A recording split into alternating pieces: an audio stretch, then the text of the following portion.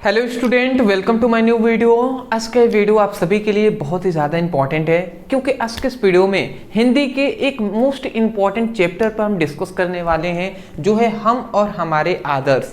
इस चैप्टर के जितने भी मतलब संपूर्ण अध्याय से सबसे ज़्यादा महत्वपूर्ण जो आपके गद्यांश है उसको हम इस चैप्टर के सॉल्व करने वाले हैं, जितने भी महत्वपूर्ण गद्यांश रहेंगे। अदरवाइज आपको पता होगा कि हमने 25 डे का एक सीरीज स्टार्ट किया हुआ है, जिसमें हिंदी के सभी हम आपको कहा है कि हिंदी की 25 दिनों में आपकी तैयारी हम कराएंगे, जिसका ये 7 डे है। इससे पहले के जो 6 दिनों की 6 वीडियो हैं, डिस्क्रिप्शन बॉक्स में हिंदी का एक लिंक मिलेगा, वहां से आप क्लिक करके सीक्वेंस वाइज अपने 6 वीडियो को आप स्टडी कर सकते हैं, ठीक है ना। वो कंप्लीट आपको हम हिंदी की तैयारी आपको करा रहे हैं एक सीरीज के माध्यम से। तो चलिए अब तीसरा जो हमारा इंपॉर्टेंट चैप्टर है हम और हमारे आदर्श, इसको हम जान लेते हैं, ठीक है ना। चलिए, हम और हमारे आदर्श 7 डे है, आपको दिखाई दे रहा है। क्लास 12 हिंदी हम पढ़ रहे हैं। इससे देखिए, हमने आपको बताया था 3 चैप्टर पढ़ने को। तो 3 चैप्टर में सबसे पहला राष्ट्र का जो राष्ट्र का स्वरूप है, दूसरा अशोक का फूल है, और तीसरा है हम और हमारे आदर्श। क्योंकि 2022 में, 23 में और 24 में सबसे ज्यादा इससे क्वेश्चन पूछे गए हैं, तो इसीलिए इसको हम देख लेते हैं। देखिए, एक पैराग्राफ यहाँ पे एक गद्यांश दिया गया है, इसको हमें सॉल्व करना होता है। गद्यांश कैसे होते हैं? एक पैराग्राफ देगा, उसके नीचे 5 क्वेश्चन देंगे, इस पैराग्राफ में से ही इन 5 क्वेश्चन का आंसर ढूंढकर लिखना होता है। और ये आपसे बोर्ड एग्जाम में कितने नंबर में पूछे जाते हैं? 10 मार्क्स में पूछे जाते हैं, 10 नंबर में पूछे जाते हैं, ठीक है। चलिए, तो ये हमारा एक पैराग्राफ है, इसको मैं पढ़ता हूं, ध्यान से सुनिएगा। कह रहा है, मैं यह नहीं मानता कि समृद्धि और आध्यात्म एक दूसरे के विरोधी हैं। यह भौतिक वस्तुओं की इच्छा रखना कोई गलत सोच है। उदाहरण के तौर पर मैं खुद न्यूनतम वस्तुओं का भोग करते हुए जीवन बिता रहा हूं, लेकिन मैं सर्वत्र समृद्धि की कद्र करता हूं, क्योंकि समृद्धि अपने साथ सुरक्षा तथा विश्वास लाती है, जो अंततः हमारी आज़ादी को बनाए रखने में सहायक है। आप अपने आसपास देखेंगे तो पाएंगे कि खुद प्राकृतिक भी कोई काम आधी अधूरी, ठीक है, यहाँ पे आधी रहेगा, ठीक है ना, आधी अधूरी, ठीक है, यहाँ पे आधी, ठीक है ना, आधी अधूरी मन से नहीं करती, ठीक है। मतलब आप अपने आसपास देखेंगे तो प्राकृतिक भी कोई भी काम आधी अधूरी मन से नहीं करती। किसी बगीचे में जाइए, मौसम में आपको फूलों की बहार देखने को मिलेगा, अथवा ऊपर की तरफ देखें तो ब्रह्मांड आपके अनंत तक फैला, ठीक है, फैला होगा, ऐसे होता है यहाँ पे, फैला होगा, ठीक है ना। ये यहां तक ऐसे क्वेश्चन है, थोड़ा सा ये टाइपिंग मिस्टेक हो गया है। चलिए जी, तो ये हमारा एक पैराग्राफ है। सबसे पहले इस पैराग्राफ के नीचे 5 क्वेश्चन है, पहले मैं पढ़ दे रहा हूं। उपयुक्त गद्यांश के पाठ्य और लेखक का नाम लिखिए। पहला हमारा क्वेश्चन ये है कि पाठ्य का नाम क्या है और इसके लेखक का नाम है। मतलब ये जो पैराग्राफ है ये किस पाठ्य से लिया गया है और उसके लेखक कौन है। तो देखिए, सबसे पहली बात इसको आपको पता कर लेना है। देखिए, इसमें कौन कौन सी बातें आ रही हैं, कुछ चीजें पकड़ना है। यहाँ पे समृद्धि आ रहा है, आध्यात्म आ रहा है, ठीक है ना। उसके बाद यहाँ पे देखिए बार बार समृद्धि जो आ रहा है, जो यहाँ पे प्राकृतिक आ रहा है, आजादी, समृद्धि आ रहा है, अध्यात्म आ रहा है, तो ब्रह्मांड आ रहा है। इस तरीके के कुछ शब्द होते हैं जो आपको पॉइंट से याद रखना है। तो इससे हमें तो ऐसे तो पता ही है कि हम और हमारे आदर्श नामक चैप्टर से ये लिया गया है। तो सिंपल सा इसका नाम आप कैसे लिख देंगे? पाठ्य का नाम आप ऐसे, पाठ्य का नाम हेडिंग डालेंगे और क्या लिखेंगे? हम और हमारे आदर्श। हम और हमारे आदर्श,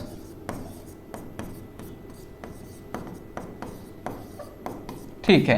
और इसके नीचे फिर से लेखक। अब वो लेखक कौन है? तो doctor APJ Abdul Kalam, APJ Abdul Kalam,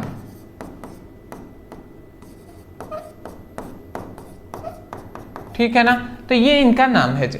चलिए इतने बात आप समझ गए हैं, तो देखिए इसको कैसे लिखना है। सबसे उपयुक्त जो गद्यांश है इसके पाठ्य और लेखक का नाम लिखना है। देखिए संदर्भ सहित आपको पूरा व्याख्या नहीं करना है, इसीलिए हमने यहाँ पे सिंपल सा पाठ्य का नाम और फिर से लेखक का नाम लिखकर इतना आप लिख देंगे। कैसे लिखेंगे वो भी हम यहाँ पे एक्सप्लेन आपको कर दे रहे हैं। देखिए उपयुक्त गद्यांश के पाठ्य और लेखक का नाम अगर पूछता है तो आप उत्तर लिखेंगे पाठ्य का नाम हम और हमारे आदर्श, फिर से कॉमा देंगे, फिर से लेखक और डॉक्टर एपीजे अब्दुल कलाम। ये अलग कलर से, अलग कलर का मतलब दो ही कलर का यूज ही करना है, ब्लैक और जो आपका नीला होता है वो। तो थोड़ा सा गाढ़े पेन का यूज यहाँ पे कर लेंगे, जैसे जेल टाइप का होता है ना, तो ऐसे ही आप यूज कर सकते हैं, थोड़ा मोटा हो, ठीक है। ऐसे नहीं कि रेड कलर का यूज कर ले भैया, ऐसा नहीं करना है, ठीक है ना। इतनी बात आप समझ गए ना, तो इस तरीके से आपको लिखना है। चलिए दूसरा हमारा कह रहे रेखांशित अंशों की व्याख्या कीजिए। अब यहाँ पे रेखांशित कुछ अंश है जिसकी व्याख्या करना है। देखिए मैं आपको बता दे रहा हूँ देखकर, ठीक है ना। ये 2000 किस किस में पूछा गया ये भी मैं आपको बता दे रहा हूँ, जस्ट अ सेकेंड।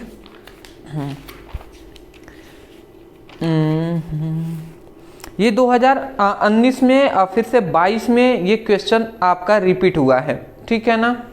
ठीक है, देख लीजिए ये आपका यहां से आपका है, ठीक है जी। 19, 22, 24 में सब रिपीट हो रहा है, इम्पोर्टेंट है। चलिए जी देख लीजिए, यहाँ से ये आपके रेखांश अंश है। थोड़ा सा मैं आपको एक्सप्लेन करूँगा, एक बार पढ़कर मैं पूरा आपको बताऊँगा, क्योंकि हमें इतनी की व्याख्या करना है, तो पूरा पढ़ेंगे तो हमको समझ में आएगा कि किसके बारे में बात हो रही है।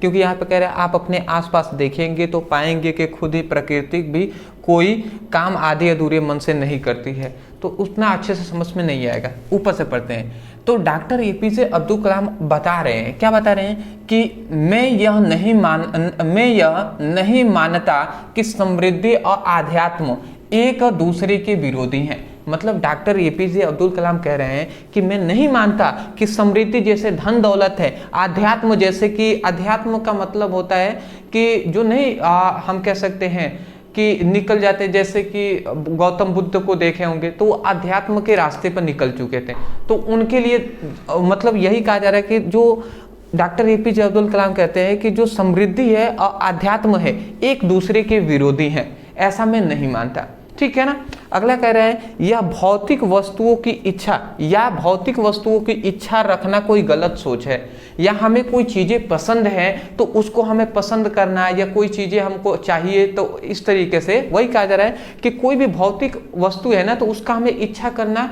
गलत बात है, ऐसा कोई गलत बात नहीं है, वही कहा जा रहा है। या भौतिक वस्तुओं को इच्छा रखना कोई गलत सोच है, ठीक है ना। उदाहरण के तौर पर मैं खुद न्यूनतम वस्तुओं का भोग करते हुए जीवन बिता रहा हूँ।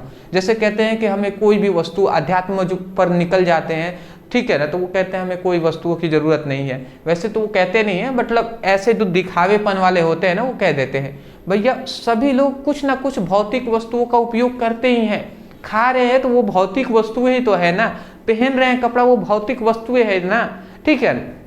अभी के समय पर मतलब अब छोड़िए उसको, उस पर मैं नहीं जाऊंगा, ठीक है ना, बाबा पे मैं चला जाऊंगा दिक्कत हो जाएगी। चलिए तो यहाँ पे ये कहा जा रहा है उदाहरण के तौर पर मैं खुद न्यूनतम वस्तुओं का भोग करते हुए जीवन बिता रहा हूँ। डॉक्टर एपीजे अब्दुल कलाम एकमात्र एक ऐसे राष्ट्रपति हैं जो एक मतलब छोटा सा अपना झोला लेकर आए थे और वो झोला लेकर ही चले गए, ठीक है। मोदी जी वाला नहीं है भैया, ये डॉक्टर एपीजे अब्दुल कलाम की हम बात कर रहे हैं। वो हमारे देश को केवल दे कर गए हैं, कुछ भी लिए नहीं है, कुछ भी नहीं लिए हैं। आप उनके बारे में उनकी जीवनी पढ़ के आप देखिएगा, पता चलेगा। राष्ट्रपति जो होते हैं ना वो चाहे राष्ट्रपति पद से हटने के बाद जहाँ चाहे वहाँ पे अपने आलीशान घर बनवा सकते हैं, उनको हर सुविधा चाहिए मिलेगी। But doctor APJ Abdul Kalam कुछ भी नहीं लिए, कुछ भी, ठीक है ना। घर तो छोड़िए, कुछ भी नहीं लिए, ठीक है। रेंट के घर पे वो रहते थे, भाड़े के घर पे।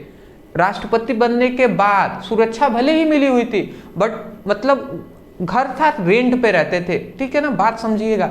इतने, वो कुछ भी हमसे लेकर नहीं गए हैं, इसीलिए उनको आज भी चाहे वो कोई भी मतलब प्रत्येक हिंदुस्तानी डॉक्टर एपीजे अब्दुल कलाम का सम्मान करते हैं, ठीक है ना। तो वही बात कहा जा रहा है कि उदाहरण के तौर पे मैं खुद न्यूनतम वस्तु, कह रहे हैं ना न्यूनतम वस्तु मतलब कम वस्तुओं का, न्यूनतम वस्तुओं का भोग करते हुए जीवन बिता रहा हूँ, लेकिन मैं सर्वत्र समृद्धि का कद्र करता हूँ। जो अमीर है ना, ठीक है, और जो धन दौलत है उसका मैं कद्र करता हूँ, कह रहे हैं, क्योंकि समृद्धि अपने साथ सुरक्षा और विश्वास लाती है। धन दौलत होंगे तो आपकी सुरक्षा भी रहेगी, भैया बॉडीगार्ड रख सकते हैं, ठीक है, विश्वास हो जाती है कि भैया जो चाहे हम ले सकते हैं, ठीक है ना, जो अंततः हमारी आज़ादी को बनाए रखने में सहायता करती हैं, जो हमें आज़ाद रखती हैं। भैया पैसा रहेगा तो मान लेते हैं कोई 12 घंटे का काम कर रहा है, सुबह से शाम मान लेते हैं कोई फैक्ट्री, उसमें काम ही करते रह जा रहे हैं, तो वो आज़ादी तो अपना खो दी है ना, 12 घंटा तो दे दिए, किसके लिए? पैसे के लिए ही ना, समझ रहे हैं। तो पैसे रहेंगे तो काम नहीं करते तो आज़ाद रहते, जो मन करता वो करते।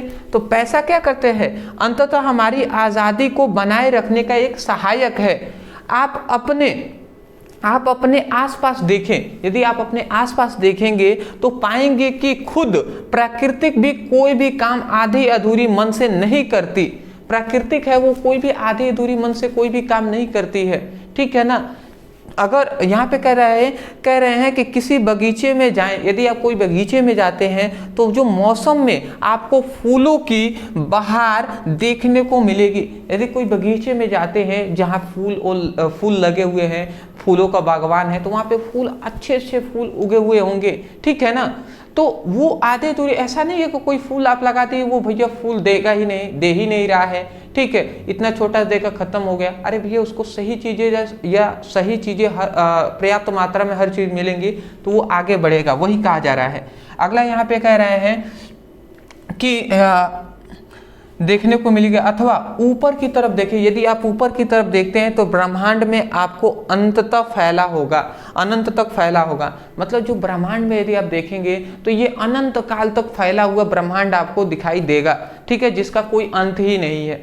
तो ये था आपका रेखांशित अंशों की व्याख्या में आप क्या लिखेंगे। सिंपल सी बात है, इसमें यही बात हमें बताया जा रहा है कि डॉक्टर एपीजे अब्दुल कलाम हमें बता रहे हैं कि जो आपका क्या है, समृद्धि या अध्यात्म है, वो एक दूसरे के विरोधी नहीं है, ठीक है ना, बल्कि उसका मैं खुद कद्र करता हूँ, ठीक है। समृद्धि हमें क्या करती है? समृद्धि की वजह से हम आज़ाद रहते हैं, ठीक है ना, हमें आज़ादी मिलती है, हमें विश्वास मिलता है और हमें क्या मिलता है? सुरक्षा भी मिलता है, ठीक है ना। इससे हम कैसे सीख सकते हैं? आप अपने आसपास देखेंगे तो आपको प्रकृति में बहुत सारे ऐसे चीज मिल जाएंगे जिससे आप सीख सकते हैं। जैसे आप नीचे अगर बागवान में चले जाए, बगीचे में चले जाए, तो फूल है वो खिलखिला रहे हैं, फूल अच्छे से उगे हुए हैं, ठीक है ना।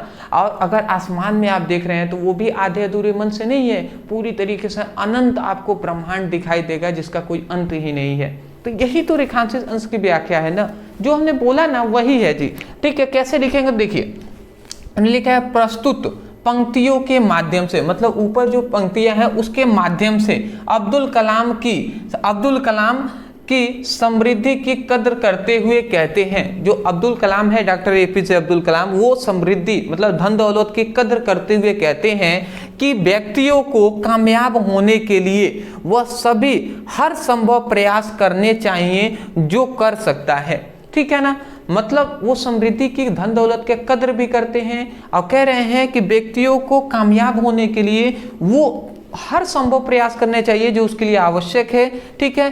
किसी भी कार्य को अधूरा नहीं छोड़ना चाहिए, कोई भी काम है उसको अधूरे नहीं छोड़ना है, ठीक है। इसके लिए आप प्रकृति का उदाहरण प्रस्तुत करते हुए वो कहते हैं कि यदि आप अपने आसपास देखेंगे तो पाएंगे कि ऐसे प्राकृतिक बहुत सारे उदाहरण मिल जाएंगे, प्रकृति के बहुत सारे ऐसे उदाहरण मिल जाएंगे जो कि पूर्ण होते दिखेंगे, जो पूर्ण होते अपना कार्य को पूर्ण करते हुए दिखेंगे। यानी प्रकृति अपने किसी भी काम को अधूरे मन से नहीं करता। आप किसी भी फूल के बागवान में पहुंच जाएं, वहां मौसम में आपको फूलों का बहार देखने को मिलेगी, क्योंकि मौसम ने अपना काम को अधूरा नहीं छोड़ा। या फिर आप ऊपर की ओर देखें तो आपको यह ब्रह्मांड इस तरह विस्तृत दिखाई देगा जिसका कोई अंत नहीं। इतना विशाल बड़ा दिखाई देगा ना जिसका कोई अंत नहीं है। तो वही तो बात जो हमने एक्सप्लेन किया है ना, वही तो बात है। तो ऐसे आप चाहे तो लिख दें, यहाँ पे हमने लिखा हुआ है, जो चाहे तो नोट्स इसको लिख सकते हैं, स्क्रीनशॉट आप कर लेंगे, या आपको जिस तरीके से हमने बोला ना इसी को समझ कर थोड़ा सा आप अपने बारे में ही इसके बारे में ही आप लिख देंगे ना, काम हो जाएगा जी, ठीक है ना। इसको अपने शब्दों में इस पढ़ के आपको पैराग्राफ से क्या समझ में आ रहा है वही तो आपको बताना है, समझ रहे हैं ना, ये बात है। चलिए जी, तो 2 नंबर इससे मिल जाएंगे, 2 नंबर आपको इससे मिल जाएंगे। अब तीसरे नंबर पे आते हैं, 2 नंबर वाला। यहाँ पे कह रहा है लेखक किसको एक दूसरे के विरोधी नहीं मानते। तो लेखक एक दूसरे के विरोधी नहीं मानते हैं, किसे? तो यहाँ पे इन्हें कहा जा रहा है कि लेखक जो डॉक्टर APJ अब्दुल कलाम है वो कहते हैं कि मैं यह नहीं मानता कि समृद्धि और आध्यात्म एक दूसरे के विरोधी हैं। मतलब समृद्धि और आध्यात्म एक दूसरे के विरोधी हैं, नहीं मानते हैं। यहाँ पे कहा गया लेखक किसको एक दूसरे के विरोधी नहीं मानते, तो आप यही बात लिख देंगे। क्या लिखेंगे जी? लेखक किसको एक दूसरे के विरोधी नहीं मानते? लेखक समृद्धि और आध्यात्म को एक दूसरे का विरोधी नहीं मानते। सिंपल सा है, ये लिख देंगे, 2 नंबर आपको मिल जाएंगे। अगला नेक्स्ट हमारा जो क्वेश्चन कह रहा है डॉक्टर कलाम समृद्धि की कद्र क्यों करते हैं? समृद्धि अपने साथ क्या लाती है? तो इसका उत्तर आपको मालूम चल गया ना, पैराग्राफ पढ़ा था तो मतलब कह रहे हैं डॉक्टर कलाम समृद्धि की कद्र क्यों करते हैं? क्यों करते हैं जी समृद्धि की कद्र, और यह समृद्धि आप अपने साथ क्या लाता है? तो समृद्धि की कद्र इसलिए करते हैं क्योंकि वो स्वयं न्यूनतम वस्तुओं का भोग करते हुए अपना जीवन बिता रहे हैं, ठीक है। और समृद्धि अपने साथ क्या लाता है? समृद्धि अपने साथ सुरक्षा लाता है, विश्वास लाता है, और हमें आज़ादी भी प्रदान करता है। यदि समृद्धि रहेगा, धन दौलत रहेगा तो आज़ादी रहेगी। और इसी बात को आप यहाँ से लिख सकते हैं कि डॉक्टर कलाम समृद्धि की कद्र इसलिए करते हैं क्योंकि समृद्धि अपने साथ सुरक्षा, विश्वास लाती है, अंततः हमारी आज़ादी को बनाए रखने में सहायक है। सिंपल सी बातें समझ रहे हैं ना, वही पढ़ेंगे आपको समझ में आ जाएगा। अगला कर रहा है प्रस्तुत गद्यांश में लेखक ने छात्रों को क्या संदेश दिया है? अब लेखक मतलब डॉक्टर APJ अब्दुल कलाम हमें क्या संदेश दे रहे हैं इस पैराग्राफ में? इस पैराग्राफ में प्रकृति का कह रहे हैं कि आधे अधूरे मन से कोई भी काम नहीं करती। तो लेखक हमें भी कह रहे हैं कि यदि कामयाब होना है तो आपको आधे अधूरे मन से कोई भी काम नहीं करना है, या कोई काम को आधा अधूरा नहीं छोड़ना है, उसको पूरे अंत तक कंप्लीट करना है, ठीक है ना। तो यही तो संदेश दे रहे हैं ना इस पैराग्राफ के माध्यम से। तो हम लिखेंगे प्रस्तुत गद्यांश में लेखक छात्रों को क्या संदेश दिए हैं? तो प्रस्तुत गद्यांश के माध्यम से लेखक ने छात्रों को प्रगति करने के लिए किसी भी कार्य को पूर्ण करके ही चैन लेने का संदेश दिया है। मतलब छात्रों को प्रगति करने के लिए, कामयाब होने के लिए किसी भी कार्य को पूर्ण करना, कंप्लीट करने के बाद ही उनको चैन लेना है, आराम लेना है। यही तो बात है जी, सिंपल सा है। मैं आशा करता हूं आप समझ के होंगे। पहले आप इसका स्क्रीनशॉट ले लें, ठीक है। नेक्स्ट इसका भी ले लें आप, इसका भी चलिए ले लिए होंगे ना, ठीक है। ये हमारा पहला इस चैप्टर का पैराग्राफ का पहला क्वेश्चन था। अब दूसरा हमारा एक और आता है गद्यांश, इसको भी हम जान लेते हैं। चलिए, कह रहा है कि जो कुछ भी हम इस संसार में देखते हैं वह ऊर्जा का ही एक स्वरूप है। जैसे कि महर्षि अरविंद ने कहा है कि हम भी ऊर्जा का ही एक अंश हैं। इसलिए जब हमने यह जान लिया कि आत्मा और पदार्थ दोनों ही अस्तित्व का क्या है, अस्तित्व का हिस्सा है, वे एक दूसरे से पूरा तदात्म्य में रखे हुए हैं। तो हमें यह एहसास भी होगा कि भौतिक पदार्थों को इच्छा रखना किसी भी दृष्टिकोण से शर्मनाक व गैर आध्यात्मिक बात नहीं है। तो ये एक पैराग्राफ हमें दिया गया है, इसके नीचे 5 क्वेश्चन है, एक एक करके सॉल्व करते हैं। सबसे पहला, उपयुक्त गद्यांश के पाठ्य और लेखक का नाम लिखिए।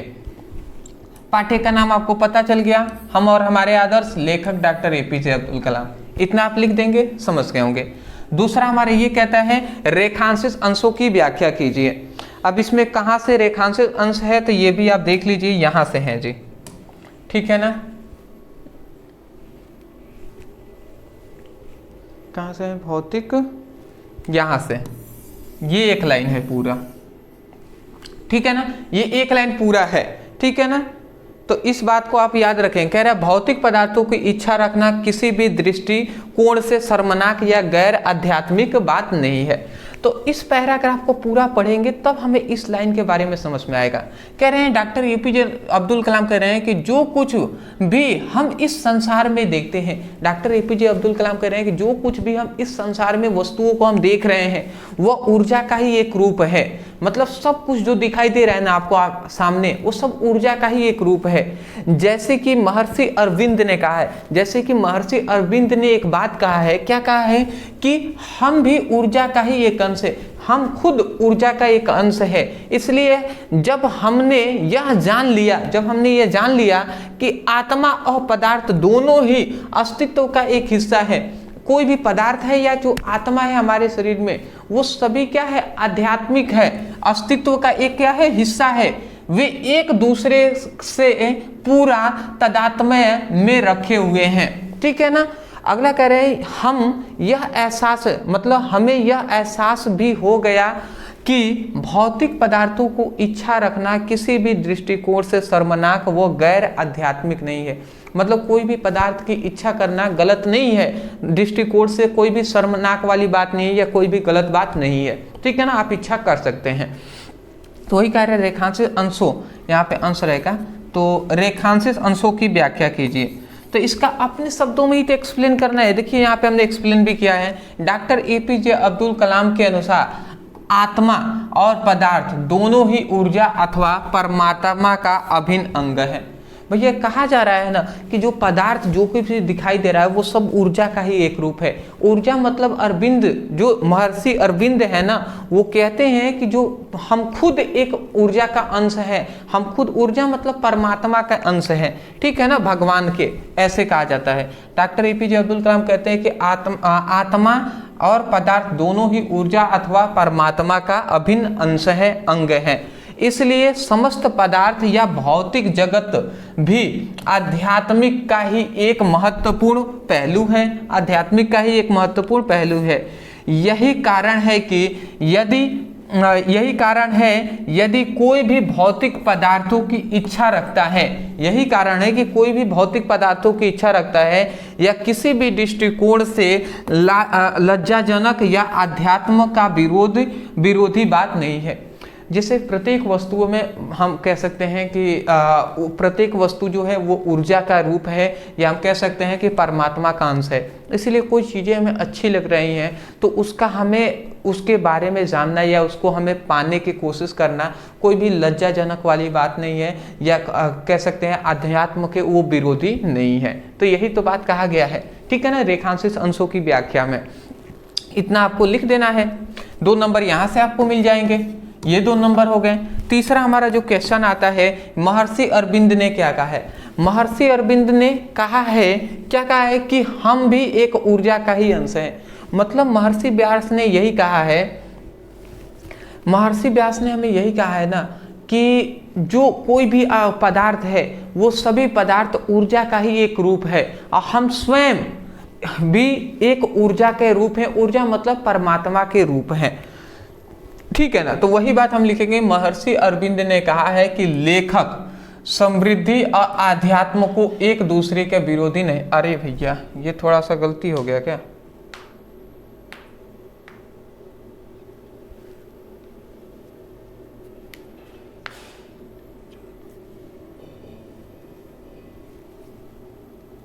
ये थोड़ा सा देखिए टाइपिंग में वो मिस्टेक कर दिए हैं। लेखक समृद्धि और आध्यात्म एक दूसरे के विरोधी, ये थोड़ा सा टाइपिंग में मिस्टेक किया गया है, ये टोटल, ठीक है ना।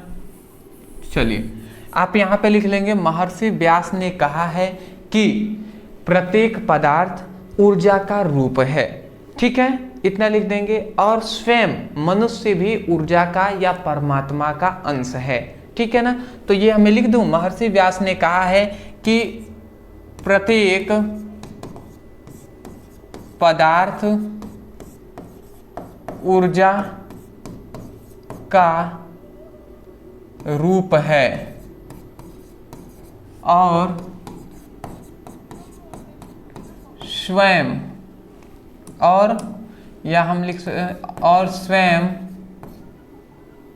मनुष्य भी क्या है, मनुष्य भी ऊर्जा या हम कह सकते हैं परमात्मा का अभिन्न अंग है, या हम कह सकते परमात्मा का अंश है। ठीक है ना। राइटिंग मेरा थोड़ा सा उतना गुड नहीं है, बट फिर भी मैंने यहाँ पे लिख दिया, आपको समझ में आ ही रहा होगा, इतना आप लिख लेंगे जी। अगला हमारा फिर से यहाँ पे आता है, देखिए कि हम इस संसार में जो कुछ देखते हैं वो क्या है। हम इस संसार में जो कुछ भी देखते हैं वो सब क्या है। तो हमें यहाँ पे कहा गया ना कि जो कुछ हम इस संसार में देखते हैं वो सभी ऊर्जा का स्वरूप है, मतलब रूप है। तो सिंपल सा है, लेखक कह रहे हैं कि जो भी हम इस संसार में वस्तुएं देख रहे हैं वो सभी ऊर्जा का या परमात्मा का रूप है। तो हम इस संसार में जो कुछ देखते हैं वो ऊर्जा अथवा परमात्मा का ही एक रूप है। ठीक है जी, सिंपल सा है, ऐसे लिख देंगे, 2 नंबर मिल गया। फिर से कहा जा रहा है अस्तित्व और तदात्मय शब्दों का क्या अर्थ है। अस्तित्व मतलब जिसका कोई अस्तित्व है, अतदात्मय है, इसका क्या अर्थ है जी। ठीक है ना। तो देखिए अस्तित्व का सिंपल सा है ऊर्जा है या परमात्मा है। ठीक है ना। अतदात्मय का मतलब अभिन्न संबंध।